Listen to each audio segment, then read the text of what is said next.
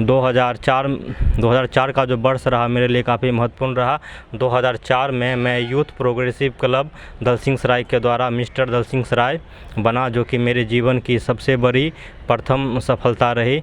और उस समय मुझे इतनी खुशी मिली कि मैं बता नहीं सकता।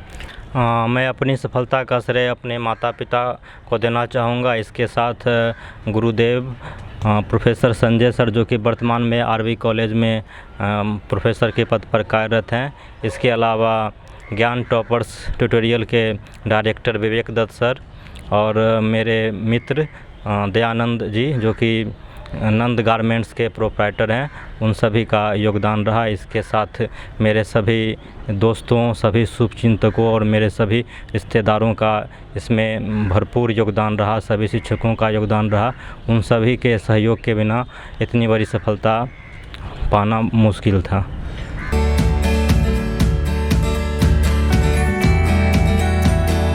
This video is sponsored by Khagendra Vaibhav hospital, जहां हो कान, नाक और गले का बेहतर इलाज, in association with doctor Roshan Kumar, ENT specialist. नमस्कार दोस्तों, मैं रंजित रजक और आज मैं हूं समस्तीपुर ज़िले दलसिंह सराय प्रखंड में। आज जो मिस्टर अरुण जी जो हैं मधेपुरा में कॉलेज के असिस्टेंट प्रोफेसर हैं और इनकी संघर्ष से लेके सफलता तक के कहानी जानेंगे। इनके कहानी से कुछ आप सीखेंगे, कुछ हम सीखेंगे। तो आशा करता हूं जो हमारा ये प्रोग्राम कहता समस्तीपुर बढ़ता समस्तीपुर आपको पसंद आएगी। तो और सभी दर्शकों को फिर से मैं अपने प्रोग्राम में तहे दिल से स्वागत करता हूं, हार्दिक अभिनंदन करता हूं। सबसे पहले मैं चाहता हूं कि सर आप अपना परिचय दीजिए, क्योंकि आपको समस्तीपुर से बाहर भी हमारी जनता देख रही है। हाँ, सबसे पहले मैं आपको और केबी स्टूडियो को धन्यवाद देना चाहूँगा, जो कि आपने जो हमारे समाज में, हमारे गांव में जो छिपी हुई प्रतिभा है उसको आप प्रकाशित करने का काम कर रहे हैं। बहुत बहुत धन्यवाद सर। सर मैं चाहता हूं कि आप अपना स्कूल लाइफ, कॉलेज लाइफ थोड़ा सा जिक्र करें, या और जहां से बिलोंग करते हैं आप। मैं अरुण कुमार, वर्तमान में सहायक प्राचार्य इतिहास बिहार लोक सेवा आयोग पटना के द्वारा हरिहर साहा महाविद्यालय उदा किशुनगंज मधेपुरा में कार्यरत हूँ। जहाँ तक मेरे संघर्ष की बात है तो 2004 का जो वर्ष रहा मेरे लिए काफ़ी महत्वपूर्ण रहा। 2004 में मैं यूथ प्रोग्रेसिव क्लब दलसिंह सराय के द्वारा मिस्टर दलसिंह सराय बना, जो कि मेरे जीवन की सबसे बड़ी प्रथम सफलता रही।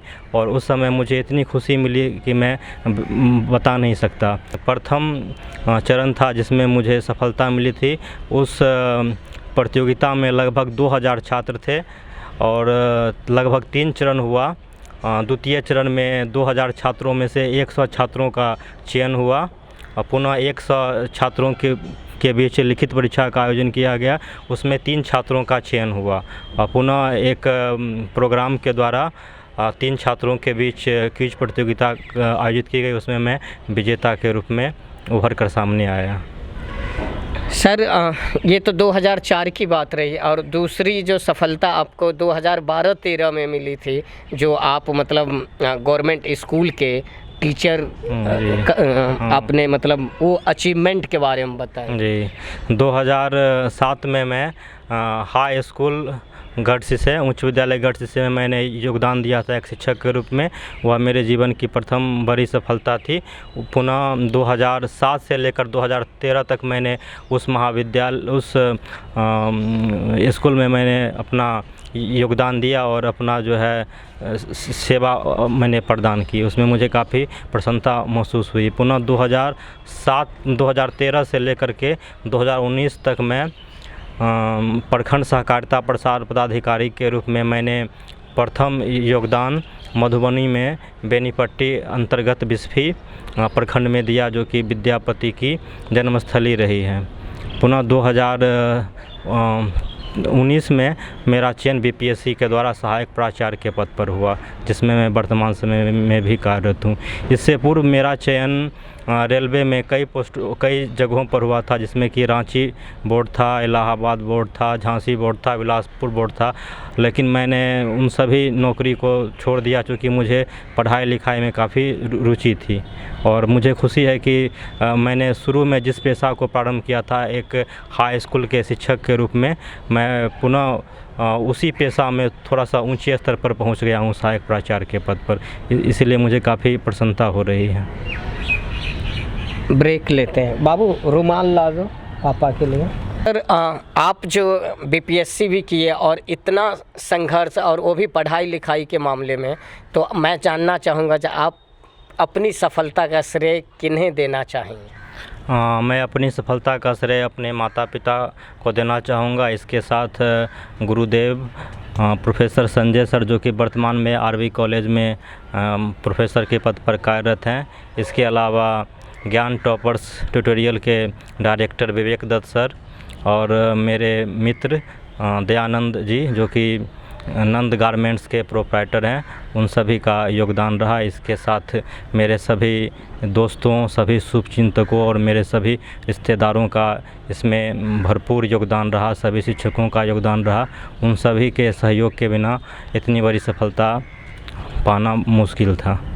सर, जो आपने जो सक्सेस प्राप्त की है, और बहुत सारे बिहार के स्टूडेंट का सपना होता है जो वो भी गवर्नमेंट जॉब प्राप्त करे और एक ऊंचाइयों तक पहुँचे, तो उन्हें आप क्या संदेश देना चाहेंगे? मैं उन्हें यही संदेश देना चाहूँगा कि आप मेहनत करें, नियमित रूप से अध्ययन करें, आत्मविश्वास रखें। आत्मविश्वास के द्वारा जो है आप बड़ी से बड़ी सफलता पा सकते हैं। एक अंक भी असफलता और असफलता के बीच मायने रखता है। अतः किसी भी अध्याय को पढ़े तो गंभीरतापूर्वक पढ़ें, नियमित रूप से अध्ययन करें, रूटीन बना करके, प्लान करके करें, और अपने जीवन में कभी निराश मत होइए, क्योंकि असफलता ही सफलता की जननी है। आप असफल होंगे तभी आप सफल होंगे। इसीलिए असफलता से घबराना नहीं चाहिए और नियमित रूप से अध्ययन करना चाहिए। सर, आप शिक्षा से जुड़े हुए हैं, तो ये कोरोना काल में, वैश्विक महामारी में जो शिक्षा का ह्रास हुआ है, बहुत सारे जो स्टूडेंट अभी परेशान है शिक्षा को लेके, तो उनको आप क्या संदेश देना चाहेंगे? निश्चित रूप से कोरोना काल में शिक्षा का काफ़ी हरासमेंट हुआ है, लेकिन हम लोगों के द्वारा निरंतर जो है ऑनलाइन शिक्षा दी जा रही है। और मैं प्रतिदिन लगभग 12 बजे से 1 बजे तक, और कभी कभी 11 बजे से 1 बजे तक नियमित रूप से मेरा व्हाट्सएप पे जो है वह क्विज प्रतियोगिता बच्चों के बीच चलता है। इसके अलावा ऑडियो वीडियो के द्वारा बच्चों को जो है ऑनलाइन शिक्षा दी जा रही है, और बच्चे अधिक से अधिक सफलता प्राप्त करें, उसके लिए हम लोग निरंतर ऑनलाइन माध्यम से उन्हें टिप्स देते रहते हैं। सर, इतिहास विषय में बहुत सारे बच्चे जो होता है, क्योंकि इतिहास जो चीज़ें हैं वो हमारी संस्कृति धरोहर होती हैं, तो बहुत सारे बच्चे इतिहास से दूर जाते हैं। तो ऐसा इतिहास में रुचि कैसे लाए, इसके बारे में कोई टिप्स दीजिए आप, क्योंकि ये आपका बहुत प्रिय विषय रहा। इतिहास में लोगों को, खास करके स्टूडेंट को लगता है कि वर्ष जो है वो याद करना मुश्किल है, लेकिन मुझे लगता है कि वर्ष जो है वो याद करना काफ़ी आसान है। क्योंकि वर्ष जो है वो, जैसे कि वो कोई भी संख्या होता है 1600, 1700, 1800, तो वर्ष के आधार पर जो है आप उस घटना को याद रख सकते हैं। मैं तो इसी तरह याद करता था, मैं ईस्वी याद करता था, और ईस्वी चूँकि स्वतः याद हो जाता है 1600, 1700, 1800, और ईस्वी के आधार पर मैं घटना जो है वो याद कर लेता था। जैसे कि 1600 में ईस्ट इंडिया कंपनी की स्थापना है, 1602 में डच ईस्ट इंडिया कंपनी की स्थापना है, 1616 में डेनिश ईस्ट इंडिया कंपनी की स्थापना है, 1664 में फ्रांसीसी ईस्ट इंडिया कंपनी की स्थापना है। इस तरह से अगर हम वर्ष याद करते हैं तो घटना स्वतः जो है याद हो जाती है। तो ज़रूरत है इंटरेस्ट जगाने की, रुचि जगाने की। अगर आप रुचि रखेंगे तो निश्चित रूप से जो है आपको याद हो जाएगा। लेकिन आप उसको एक बोझ के तौर पे डालेंगे किसी भी सब्जेक्ट को, तो आपको जो है वह याद नहीं होगा। सर, आप इतिहास से जुड़े हुए रहे हैं, और मैं जानना चाहता हूं कि अब के काल में और अंग्रेज़ जब थे, मैं चाहूँगा जो उस काल में, अंग्रेज़ काल का जो और अभी के काल में क्या फ़र्क रहा? हाँ, जहाँ तक अंग्रेज़ के समय की शिक्षा पद्धति और वर्तमान समय की शिक्षा पद्धति की बात है, तो जैसा कि हम जानते हैं कि अंग्रेज़ी शिक्षा पद्धति जो है वह ब्रिटिश की ही देन है, और वर्तमान समय में हम सभी उसको जो है वो उसका अनुसरण कर रहे हैं, उसका पालन कर रहे हैं। तो ज़रूरत है कि जो उस समय की जो शिक्षा पद्धति थी और वर्तमान शिक्षा पद्धति है, उसमें वर्तमान शिक्षा पद्धति को हम जो है वो श्रेष्ठ मान सकते हैं, क्योंकि वर्तमान समय में हिंदी जो है के अलावा अन्य जो भी भाषाएं हैं भारतीय संविधान में, जैसा कि हम जानते हैं कि 22 भाषाओं को मान्यता प्राप्त है, तो सभी भाषाओं का सर्वांगीण विकास होना चाहिए, सभी भाषाओं को विकास का अवसर मिलना चाहिए। सर, एक समय था भारत को सोने के चिड़िया कहती थी, और आज भी लोग मानते हैं जो हमारा जो देश का जो बहुत सारे जो विरासतें थी वो विदेश ले गया। तो इस बातों को आप थोड़ा सा अपना प्रकाश डालिए, आपका क्या विचार है? जैसा कि अंग्रेज़ भारत पे आया तो उसने भारत पर लगभग 200 वर्षों तक शासन किया, तो उस अंग्रेज़ों के द्वारा जो है वो बहुत सारा सुधार लाया गया, इसमें कि सती प्रथा के बारे में हम सभी लोग जानते हैं। तो सती प्रथा को अंत करने का श्रेय लॉर्ड विलियम बेंटिक को जाता है। राजा राम मोहन राय ने लॉर्ड विलियम बेंटिक को परामर्श दिया था कि यह क्रूर प्रथा है और इसका अंत किया जाए, तो उन्होंने सती प्रथा का अंत किया। पुनः हमारे समाज में विधवा को पुनः विवाह, विधवा पुनर्विवाह ईश्वरचंद्र विद्यासागर के द्वारा प्रारंभ की गई, और बाल विवाह था।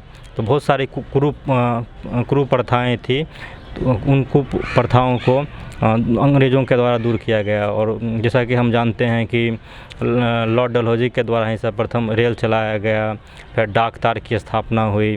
तो अंग्रेज़ों ने जो है निश्चित रूप से भारत का जो है वह विकास भी किया, भारत के विकास में योगदान भी दिया। लेकिन भारत को जो सोने की चिड़िया कहा जाता था प्राचीन काल में, तो अंग्रेज़ों ने यहाँ की जो भी संपदा थी उस सभी का शोषण किया। धन निष्कासन का सिद्धांत जो कि दादा भाई नौरोजी के द्वारा दिया गया है, उसमें उन्होंने बताया कि किस प्रकार अंग्रेज़ों के द्वारा भारतीय जो भी संपदा थी, भारतीय धन था, उसका निष्कासन जो है वह अंग्रेज़ अपने देश ले जाते थे, जिससे कि निश्चित रूप से भारत का जो है वह ह्रास हुआ।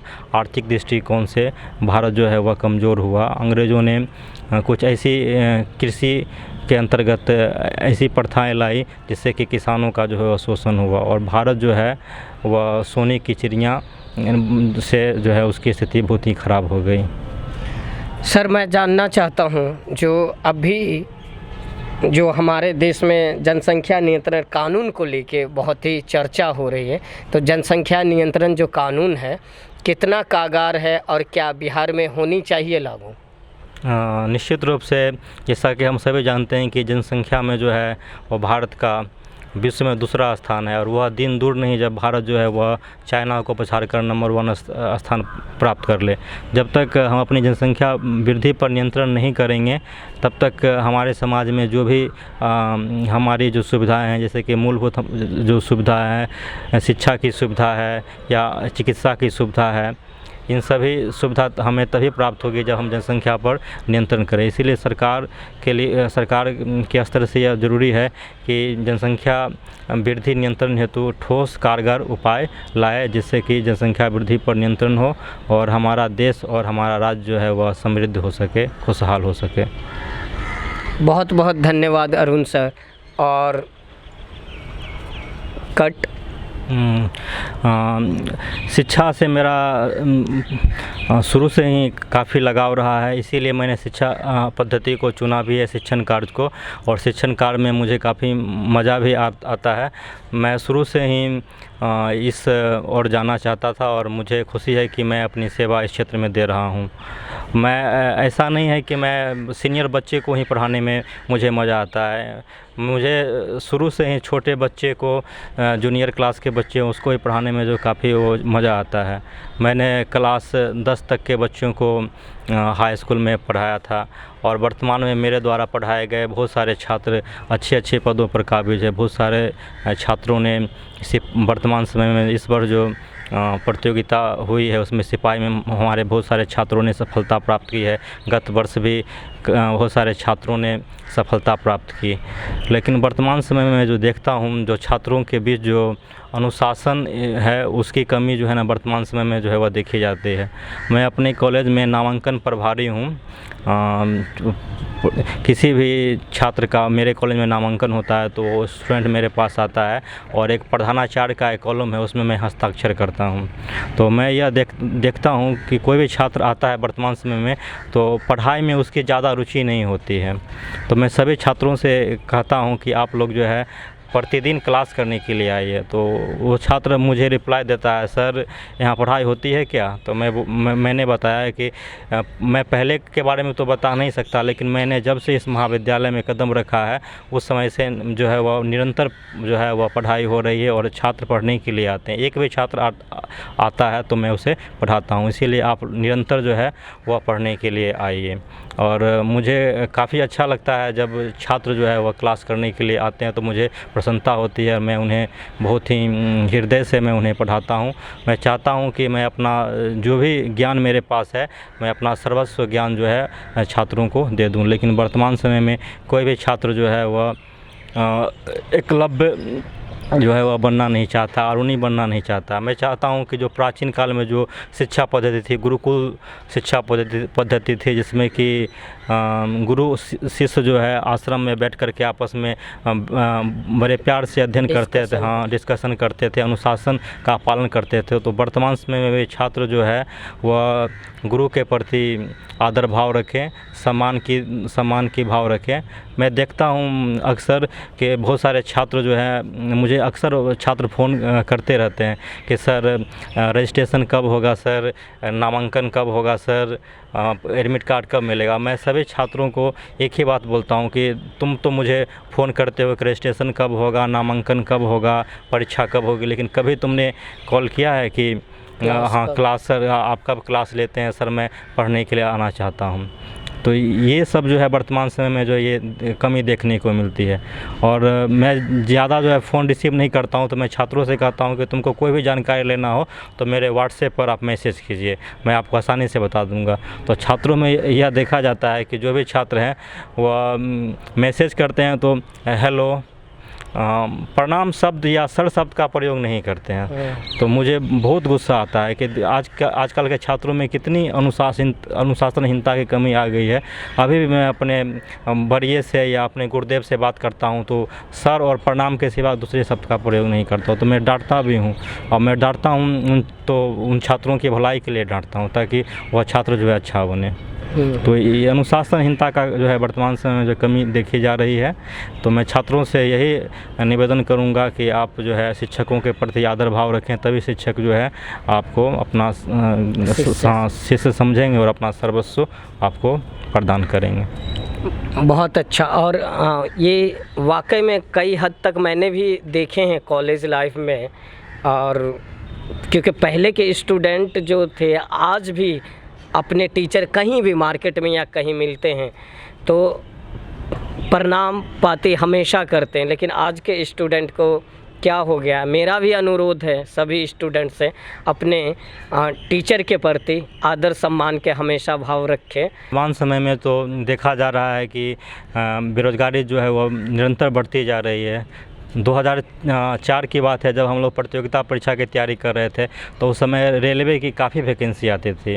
इतनी वैकेंसी आती थी कि हम लोग का एक सप्ताह में जो 4 रविवार होता है वह बुक होता था कि कहाँ एग्ज़ाम देने के लिए जाना है। लेकिन वर्तमान समय में जो है इसकी कमी देखी जा रही है, काफ़ी कम प्रतियोगिता परीक्षा जो आयोजित हो रही है।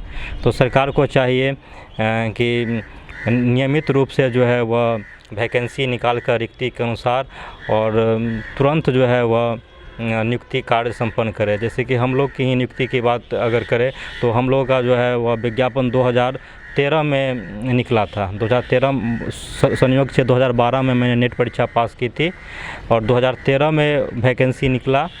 अभी बिहार लोक सेवा आयोग को दिया गया था नियुक्ति करने के लिए, और उसका रिजल्ट जो है 2019 में मिला। 6 वर्ष मुझे जो है लंबा इंतज़ार करना पड़ा। तो सरकार को चाहिए कि क्विक वे में जो है रैपिड एक्शन लेकर के जो है वह भर्ती करे और पूरी निष्पक्षता के साथ भर्ती करे। किसी भी प्रकार की जो है वह धांधली नहीं होनी चाहिए।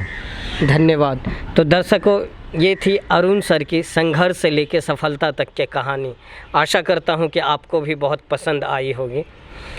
फिर मिलते हैं किसी नए शख्सियत के साथ, किसी नए कहानी के साथ। तब तक के लिए कैमरामैन विकास के साथ आप सभी को अलविदा कहता हूँ। हमारा फेसबुक पेज है डॉक्टर रोशन कुमार, और उस पेज को आप लोग लाइक करें, फॉलो करें, शेयर करें। और हमारा यूट्यूब चैनल है स्टार्स ऑफ बेगूसराय, उसे भी सब्सक्राइब करें। धन्यवाद।